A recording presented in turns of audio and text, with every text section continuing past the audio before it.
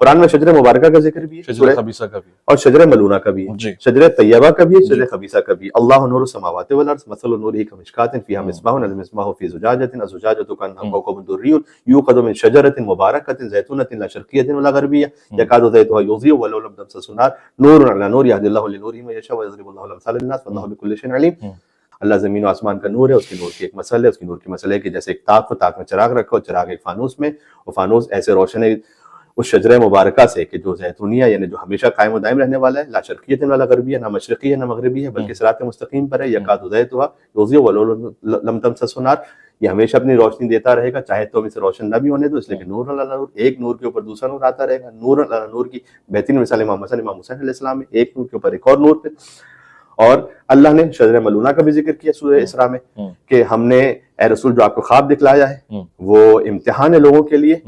اور رسول اللہ نے خواب میں دیکھا تھا کہ بندر ان کے ممبر پر آ گئے اور ناچ رہے, رسول اللہ بڑے مغموم ہوئے, اور رسول اللہ کو بتلایا گیا کہ ایک شجرہ آئے گا کہ جو آپ کے ممبر پر آ جائے گا اور اس کی حکومت اس طرح سے رہے گی. اس کے بعد بہرحال اس جبران کے طور پر اللہ نے شب قدر عطا کی جو رمضان میں آنے والی ہے, اس کی بھی ایک اپنی پھر پوری ایک روایت ہے.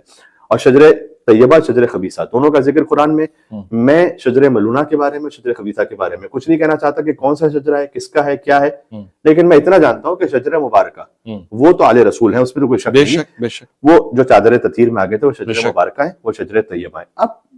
اس شجر مبارکہ کے مقابل پر جو آیا وہ شجر ملونہ ہے, اس شجر طیبہ کے مقابل پر جو آیا وہ شجر خبیثہ ہے. میں اس بچوں کے قرآن نے نام نہیں لیا تو میں بھی نام نہیں لوں گا, لیکن میں شجر طیبہ کو جانتا ہوں اور شجر مبارکہ کو جانتا ہوں. ان کے سامنے ہم تسلیم ہیں, جو ان کے مقابل پر آئے